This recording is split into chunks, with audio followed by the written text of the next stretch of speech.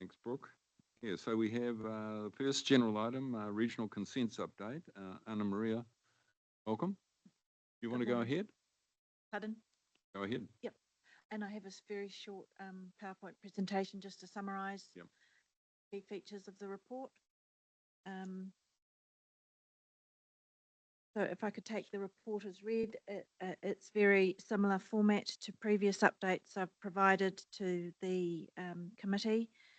The difference here is this is information represents the whole of last year, the financial year. So it's end of year results almost for the resource consent section. And second slide, the general content, 2 sections of the report, and it's 12 months results. I jump through to the next. So this is key figures for you that are in the report that summarise some of the key activities, not everything, but the main items I report every committee meeting. So last year we processed 804 applications, and we did have some that were out of time, and they're detailed in the report there for you in terms of the numbers, but the overall result was 99.25, which is within our KPI, which is 95% that we commit to under the LTP. We continue to have a number of applications processed externally by processing contractors, and at the time of this report we had 24 that were currently being processed. We've got a table in there of our current notifications, and at the moment there's around 12. It is growing slightly. There's a number of applications you would have recognised before from previous reports that are still pending resolution, and some of those do take some time. We also have a number of appeals and objections. One of the items in the table on those has actually now been resolved finally. Buffalo Beach Homeowners Association. At the time of this report, the court had released its decision, but I thought since I'd been reporting on it for so long, I would still keep it in there so that you could see that it had actually been completed. But it will disappear in the next report. So that took a long time. There was the applicants, the Buffalo Beach Homeowners Association, was a large group of people seeking a consent for the seawall, and so when it was appealed, the resolution on the specific conditions that were being looked at took a long time for everybody to have input into, so that's why that took so long. One of the other items in that table, Bartram Trust, was a marine farm extension. One of our staff attended Environment Court hearing in May, and feedback from members of the court was positive as to the professionalism and the detail that was delivered by our staff and technical experts, so that was good to hear. And we're currently waiting for a decision on that from the court. The other summary item there, the last one, is there about the water consent applications, water takes. So we've got figures there. We've reduced the deferral queue by a few more, nearly 30 more, but there are still applications pending that remain. Part of our challenge there, we've had some staff changes, and that has meant that we've sort of had to stop and start our efforts there. But we are still plugging away at those applications. If I could go to the next slide, please. This is probably the slide that might provide most interest, partly because indicators that quite a number of applications coming through the fast track process, and it's really that last list on the PowerPoint there, the referral applications. So if you recall, the Act listed a whole lot of projects, and there was about 19 for the region, but the Act also enables other parties to come along and apply, and that application process is called referral. So they apply to the minister to have their proposal considered to go through the fast track process. So what we've got here is the first 5 in that list are all essentially residential developments of some description. The last one is the King Country Energy is a hydro dam, is a reconsenting. And in fact, even just the other day after I'd prepared the slide, we'd heard of another large residential development in the North Waikato up near Pokeno. So that's applicants are preparing themselves to come and visit and talk to us about their proposal. But these ones in this list have all been either applied to the minister for referral, and the top 2 have been accepted, and the last 3 in there, Brymer, Rogerson and Harlow, they're all currently with the minister, waiting for an outcome from the minister. So I did do a quick summary of the nature and scale of these. So the Ashbourne one in Matamata, this is 520 lots, plus a retirement village of 218 lots and a hospital, plus 2 solar farms to support the activity there. The Gordonton Country Estate is a retirement village estate concept of about 659 units. The Brymer Farms one, that is just to the west of Hamilton. It's partly in Hamilton, partly in Waikato district. This is mixed residential, 1,600 lots, including retirement village units, commercial centre and open spaces. The Rogerson block, south of the city into Waipa, 203 lots and mixed industrial, about 30 lots. And then the Harlow retirement village, Te Awamutu area in Waipa district, 107 units and a care facility of 100 beds. So some really common themes there in terms of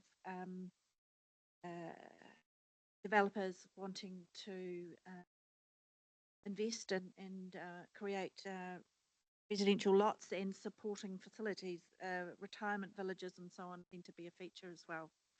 So that is keeping us busy. As you know, we don't make decisions on these applications. We don't do full assessments. That is what the panels that are created or that are formed by the EPA, they do all of that evaluation work, but they do seek input from authorities, both districts and regional councils, particularly in the condition setting space, because we end up with the applications.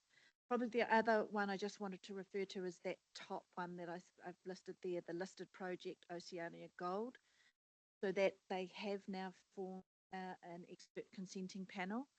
This application, or the suite of authorities is huge. It's a huge packet of consents that will be evaluated and end up with the regional council if it gets granted.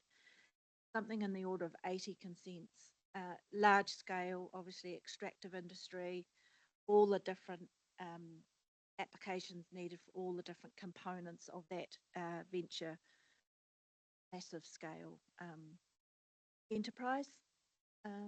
Yeah, happy to answer any questions. I think I had one more slide, which is just a very quick summary. I've provided this before.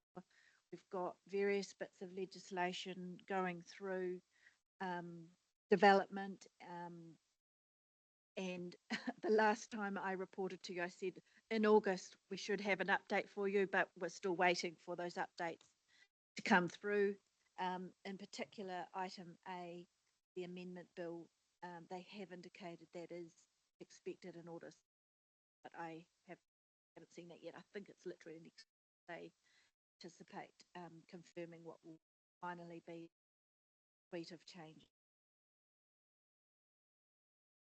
Any other questions? Okay, so just one from me to begin with, Oceania Gold. So Yes, can you give us, the others?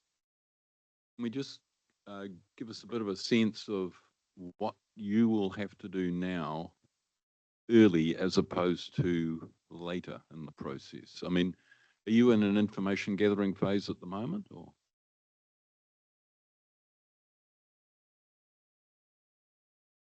Description of activity. When the Fast Track Act sets out a series of steps that the EPA run, of which we are invited to participate. So the invitations are quite prescribed according to each of those steps.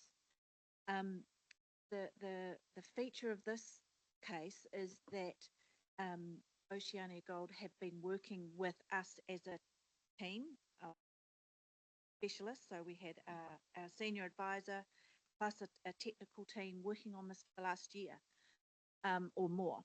And so we've got a team who are very already very much up to speed with the detail of the proposal, and there's nothing about the application that's been flagged to me, at least, that has been lodged with the EPA that is different to what they have already seen.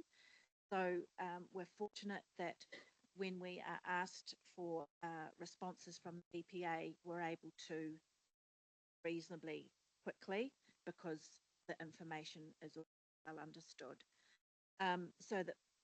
So there isn't actually an information gathering phase, if you like. At this point, so when I've just stated there, it's with the expert consenting panel.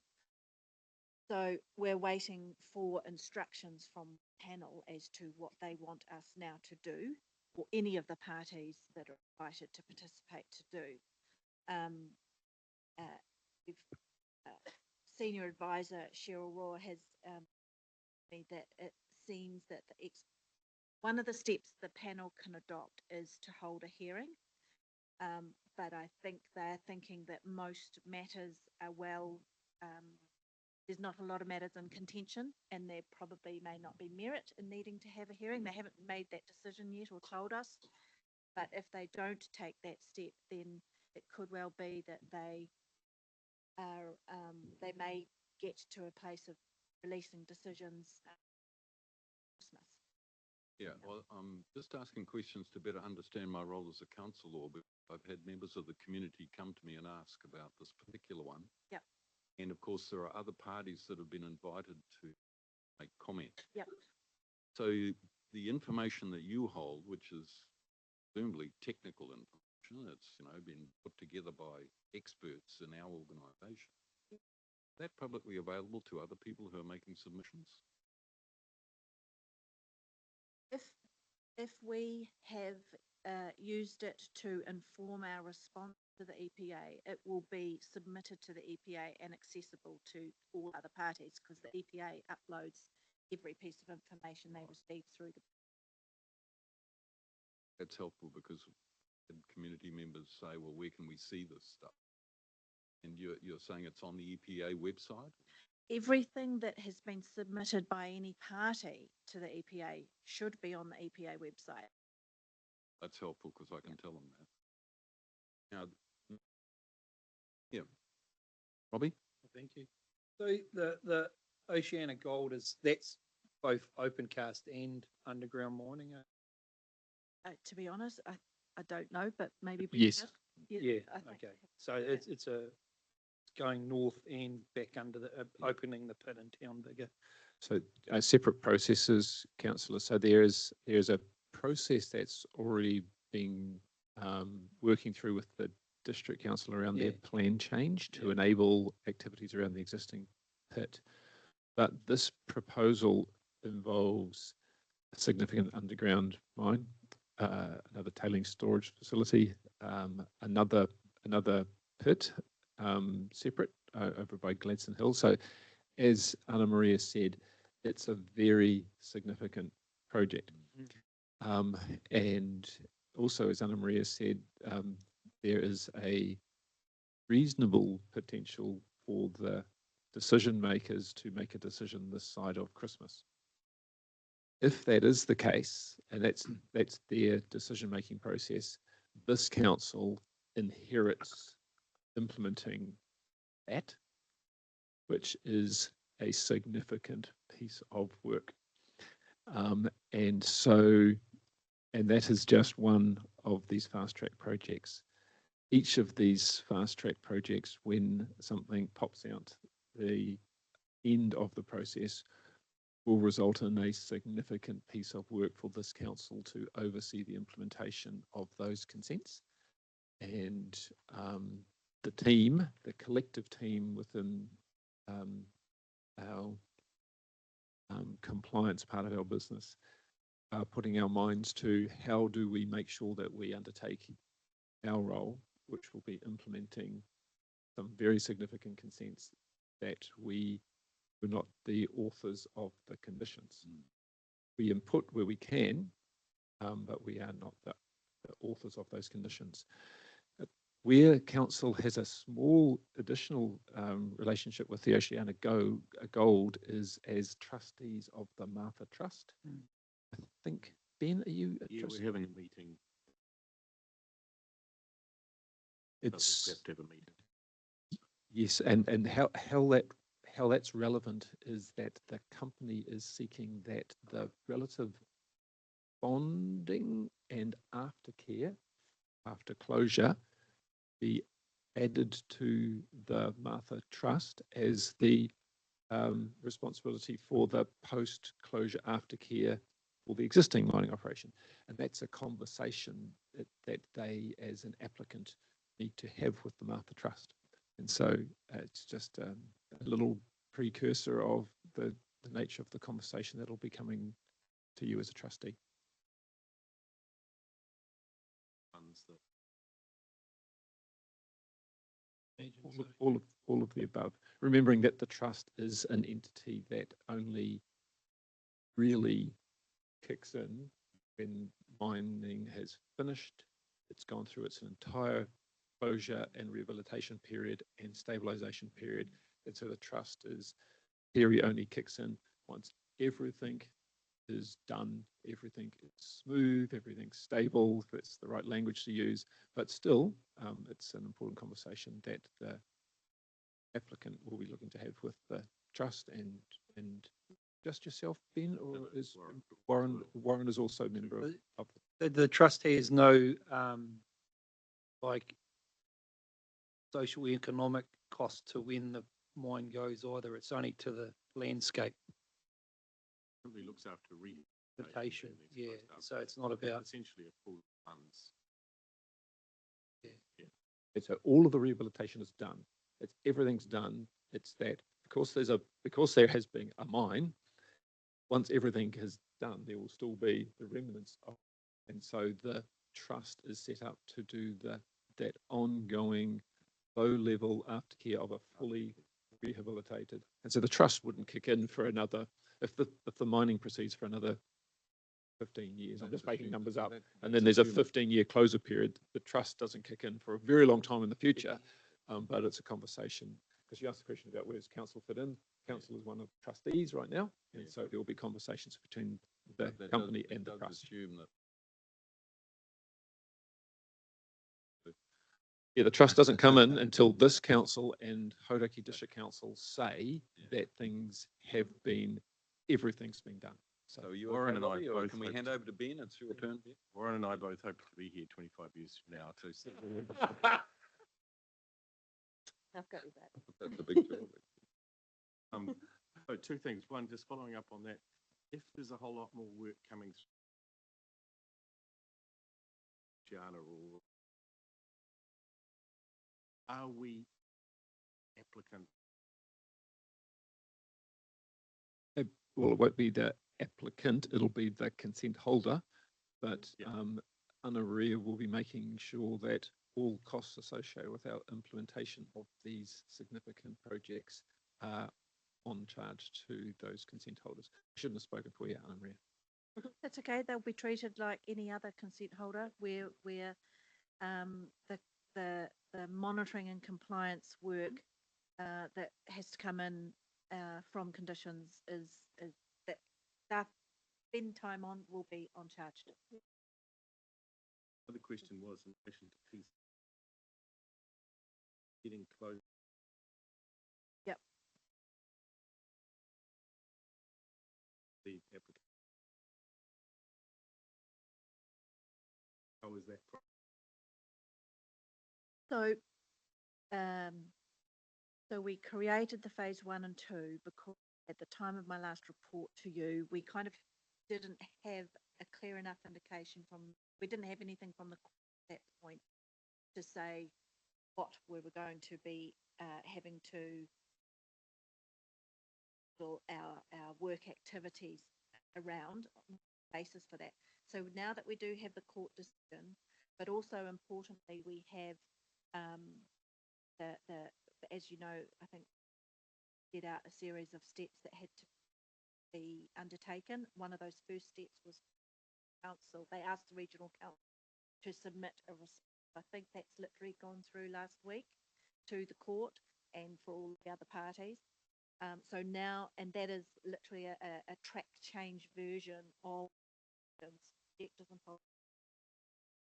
Much clearer indication now of what we think the rules are more likely to land at than the very early versions that we're hearing. So now that we've got that, we need to get underway with framing up the detail of what phase 2 activities and tasks like. That's on to-do list. Get underway. Regional councillors. We have a decision-making. Yes, but there is always still this outlier of potential further change if there are appeals to the High Court after the Environment Court releases its final determination. And that may not be until end of this year, early next year that we know. So Councillor, the Environment Court has indicated its intention to make a final decision in December. This council then, the next council actually will have its process that will need to go through to adopt the plan. But in the meantime, obviously appeals can be lodged. Of course, the court has been waiting for the outcome of Bill 2. Because Bill 2 does inform, as the councillors would have seen from the letter that I shared with you recently, the outcome of Bill 2 does influence to a degree what the court can do as it relates to the rule framework. I think what Anna-Maria is alluding to is equally until the court had issued its interim decision, it wasn't clear what full status was going to be put in place for different activities. Right, whatever. Are they discretionary, restricted, discretionary control, that sort of thing? It looks clearer now that the first tranche of parties requiring consent are those that are within the Whangamarino catchment. That's the 400 number that you mentioned. And it looks like the court is saying that they will be restricted discretionary consents. And so just understanding all that is necessary to then work out, okay, how will we work with others to provide a clear pathway for those that will be drawn into that consenting pathway. So, we do not underestimate the challenge that's ahead of this council and the farming community in that part of the catchment where, because they're starting with the hard stuff. Whangamarino is the hard stuff. It's certainly a bar that's higher than and controlled. A couple of bars lower than non-complying, but it's still higher than controlled, yeah. Which is the court directing council to look at things a little more closely, if I put it that way. Are you?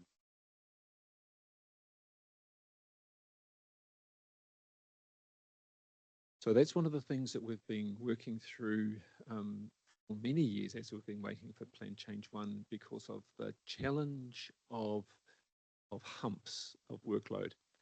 And does one have what is the baseline level of staff, and where do you use external consultants to be able to deal with humps so that you don't have a staffing load that goes like this? So it will be a mixture of internal staff, but very much supported by external contractors, so that we don't have that humpiness of staff, because we learnt that lesson as we went through Variation 6, where we had those humps coming through. It becomes quite challenging, and particularly when you have short-term contracts with staff. Human nature, partway through your short-term contract, you're looking for your next contract, and then you're not there towards the end, which is when you really need people. So sometimes it's a much more de-risk for the council for us to engage external parties to be delivering that humpy work. So hopefully that was an answer to your question around. It's a challenge for Anna Maria to get that balance right. Nicole. Just a quick one on the fast tracks piece.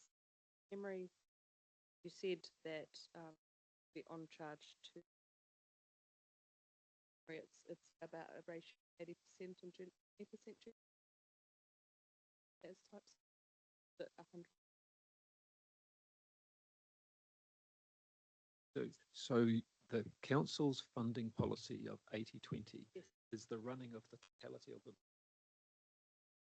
We have 100% recovery where we're interacting with an individual consent holder, but obviously there are public good elements to the requirement of this council to have a business. That's right. And so that's the part.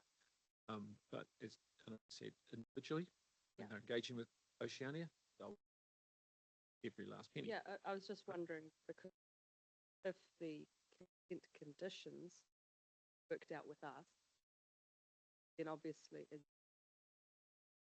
the consent conditions could be in a way that it might cost them not them little. Okay, well, if it all goes to them, then the incentive is fully in their work with those who are now setting those, get them in a us as well. Interested as to whether they inquire as to make their life easier. I think that they will want that output, that end outcome, to be workable. Yeah. And so some of so Oceania Gold have got a team, a technical team with highly skilled specialists who have already been working on condition drafting. Cool. They have been talking to us, Right. and that will feed through the system. In terms of all these other applications, they have professional companies helping them too. A lot of the land development type conditions are very well understood, are pretty common, management plans for this and that. And also through all of these processes, there is a point they ask councils and other parties to input into conditions. So I would like to think that we will get sensible conditions, but the point is still there that we're not that final author. Yeah, it's not the control we used to. Yep. No, if there had been a general rates component, then obviously, like us. Yep. But that's great. My only other question was the update on the side of things, because we've already got TCDC and process, but it sounds like things haven't landed entirely yet with the bill itself, but there was a comment made in the select committee report.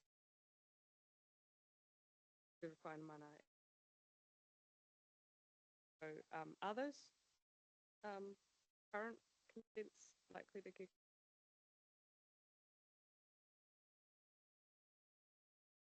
active? Sorry, yeah, it's a broad table, I don't know who to look at. It's okay. So there's quite a lot, there was quite a lot in that, what There sounded was a like a bit very there. simple question. Read your So report. it won't be, it's not too far away when they'll be reporting back on the wastewater standards. Yeah. That will apply to future consenting processes. Right, It's not 100% clear, and we can probably follow that up whether or not that retrospectively would apply to consent applications in process where they haven't reached the point of decision. That might be some of the devil in the detail. I guess we'll And of course,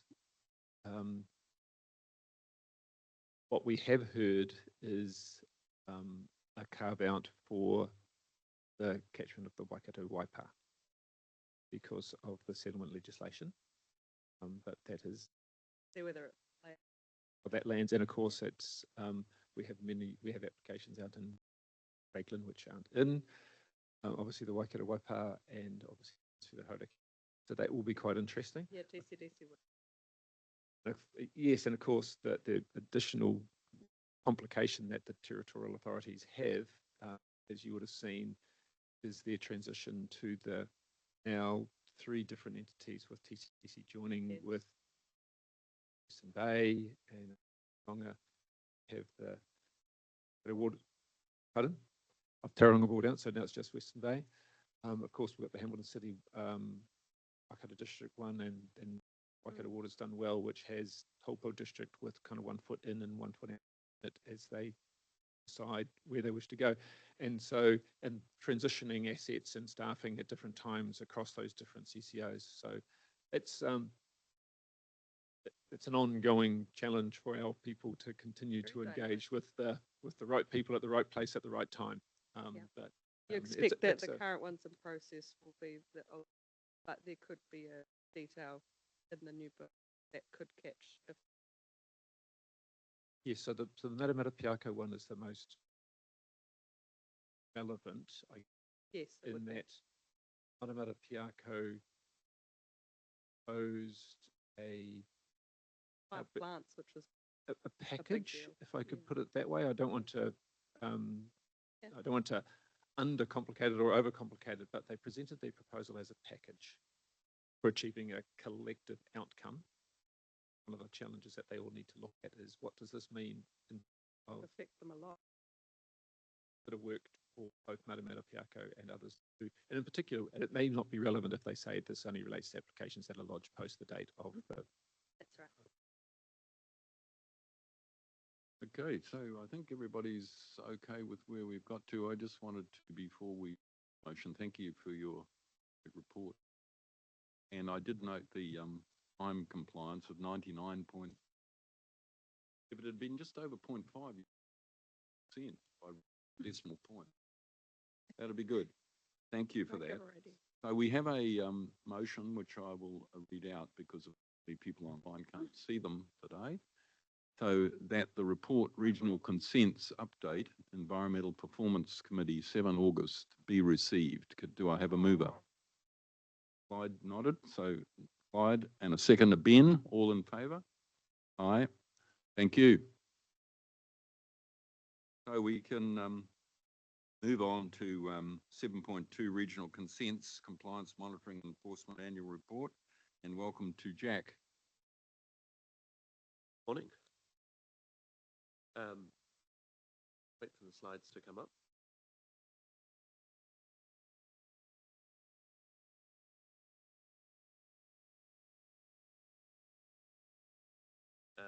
So I'll take the report as read, and then I've got a few slides just to talk through some of the key features of the report. So everything on the slides is taken from the go to the press. So this is our breakdown over the last year of the number of different sites we have in the different industries and activities. It's broadly similar to last year, a slight net increase of additional 200 and an extra 50 sites, but roughly as previous, no big changes, and that includes and dropped off as well, 800 new been granted placements. So this is the 24-25 year as the second full year that we've had our new resource consent monitoring strategy in place, and we've seen some really good changes from it. So we're continuing with our kind of data-driven approach, so making sure we know exactly so that we can target our monitoring that we have to get best outcomes. Big focus on reducing serious and repeat non-compliance, and then increasing our engagement, both through the advice and the information that we provide, and through physical site visits. And then another key kind of component of it is recognizing good compliance where we see it. So that's acknowledging it, and sharing those examples of where people are doing really, really good work with others in their industry. But also recognizing that where a site has a well-established compliance history as much, and we direct that.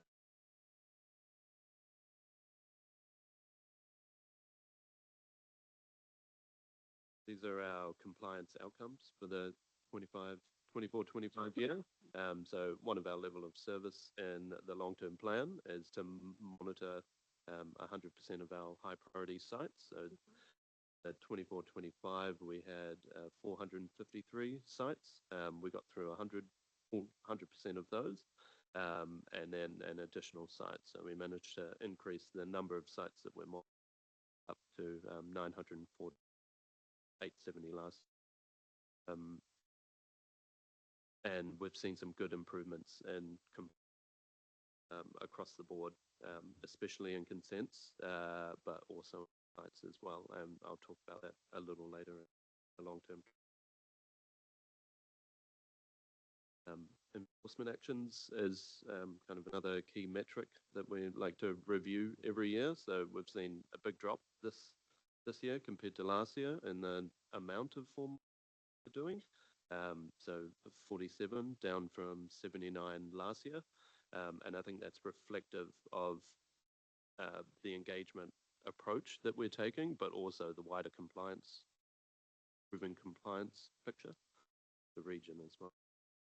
The majority of them for warnings, and mostly for discharges to air, land and water, and for water-take offences as well. One of the big changes from last year is around abatement notices. So we've seen a big decrease, so only 6 last year, where we had around 30 in the previous year.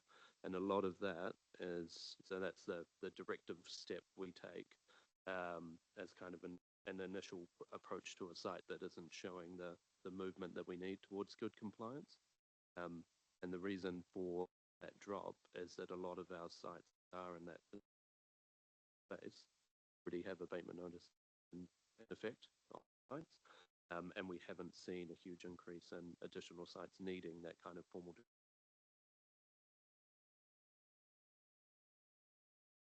In terms of long-term trends, so this slide and the next one look back over the last 5 years.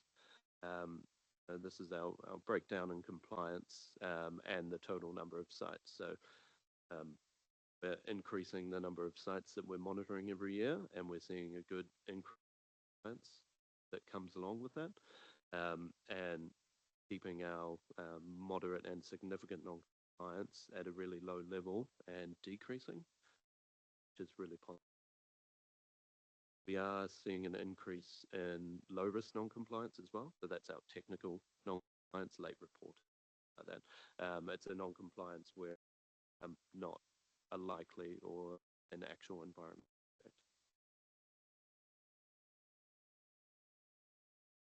The final slide I have is around our long-term effect.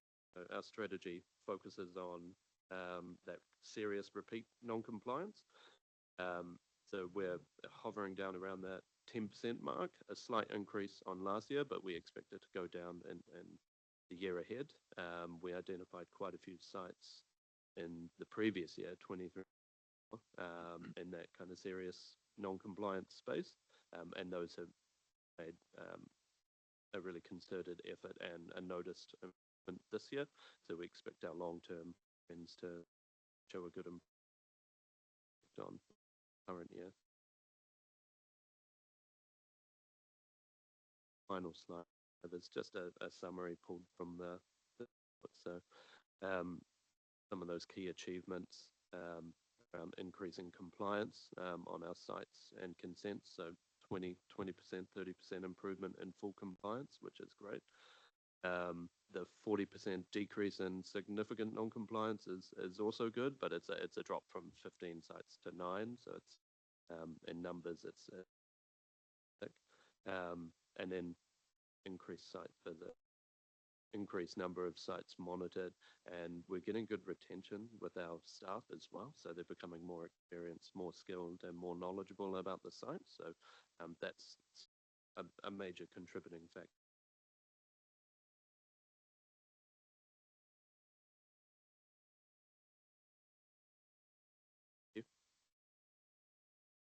Have any questions? Jennifer? Hi. The data on the site visit, I imagine you've got that data.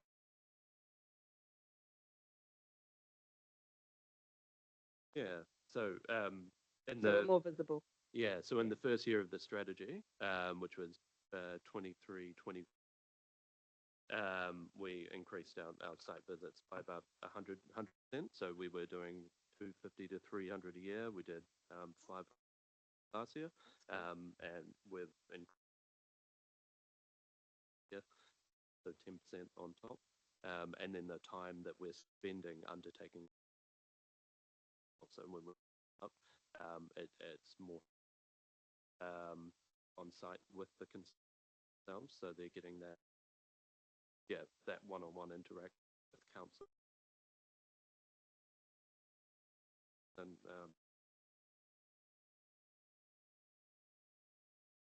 I was one of the visitors. That's really great. And recognizing good performance.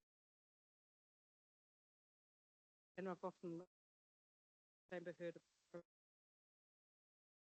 saying it's really good to action with. What does that look like? Do that feedback on site visits I mentioned as well. But yeah, so definitely feedback on site visits, but we've also been sending out formal letters on WRC, updating them on their work, especially where we're seeing really good improvement or so they've got something from us saying, really really well done. Because quite often they might send a lot of people in and they don't get much back from us. So we want to focus on the people for that, to encourage them to. I can imagine that site managers.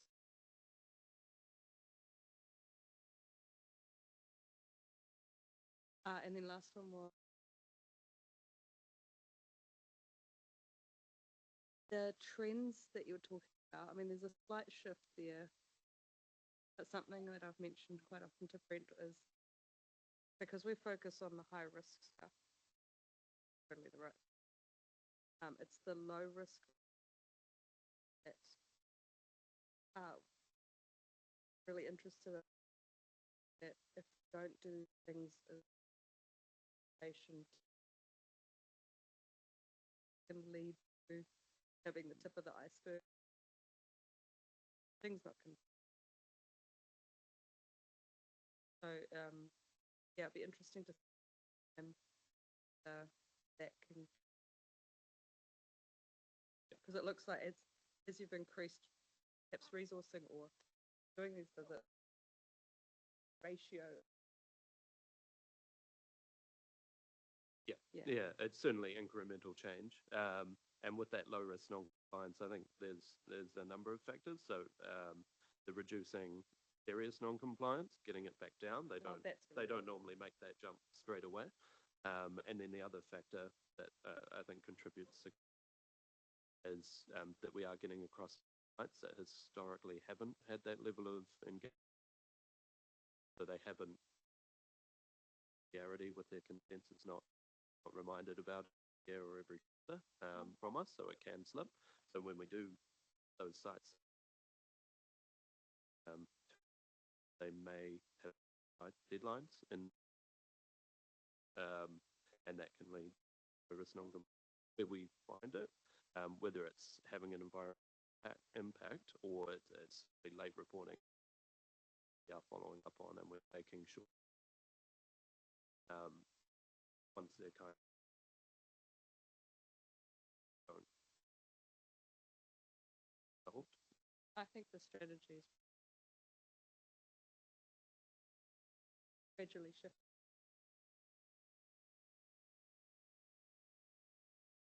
Anybody else want to? Yeah, I just wanted to give, it comes back to the comment I made before about fast track. I just need to give the committee a bit of a heads up that the numbers may go in a different direction. And the numbers may go in a different direction because I think, Jack, we have 2,500 sites, 2,000 to 3,000 sites, of which last year we managed to monitor 900. Things like Oceania, that could take 1.5 people.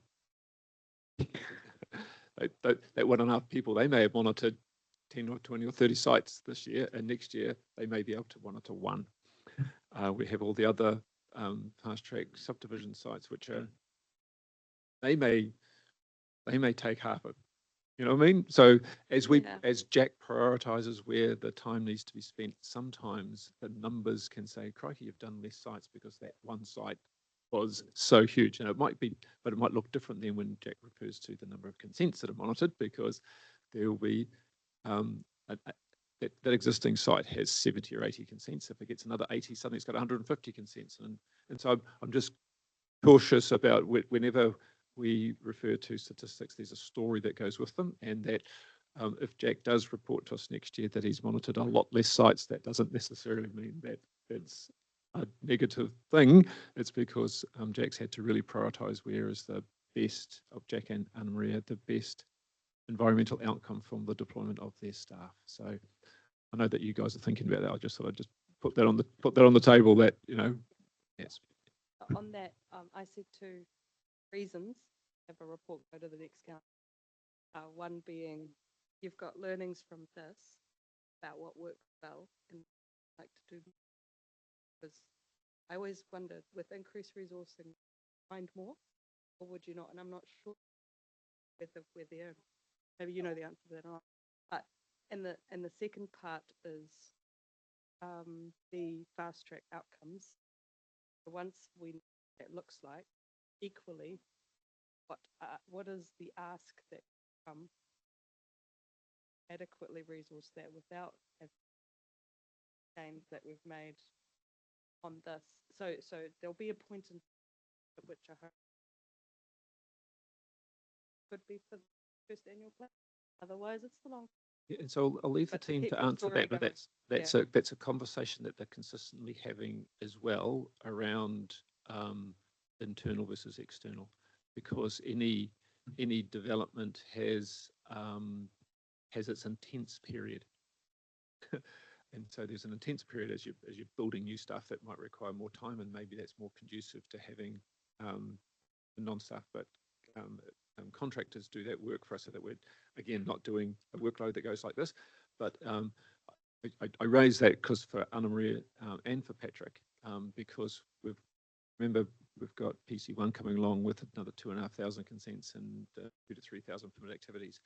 So the team are constantly having to work, how are they getting the sweet spot around staffing and contractors to be able to meet the outcomes that the council is seeking. If I can inject one last comment, that would be, what other department in council would perhaps be a good partner to have a lot of secondments with, share, you know, so that can be balanced? And it's more of a rhetorical question now, but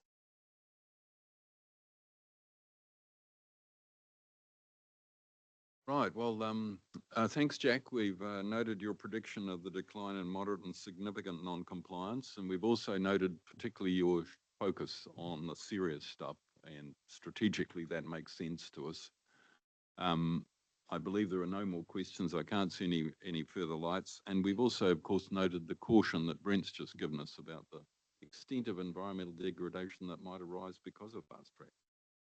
Well, I would say that it's the work that Patrick's team, Anna Maria's team, Jack's teams do is critical to ensuring that doesn't happen. Exactly. These boards will be putting in really robust conditions that we'll input to as best we can, but robust conditions require assurance that people are meeting those conditions, and that's the important part of the work that this collective team does. Thank you. So thanks for your report, and as on the screen, we'll move that the Regional Consent Section Compliance Monitoring and Enforcement Annual Report, Environmental Performance Committee, 7 August 2025, be received. Do I have a mover? Thank you, Robbie. And a seconder? Good. Ian, it's you. Oh. It's Clyde. All in favour? Aye. Thank you. Now we are going to move into a 10-minute break. So back in the chamber at 10:54.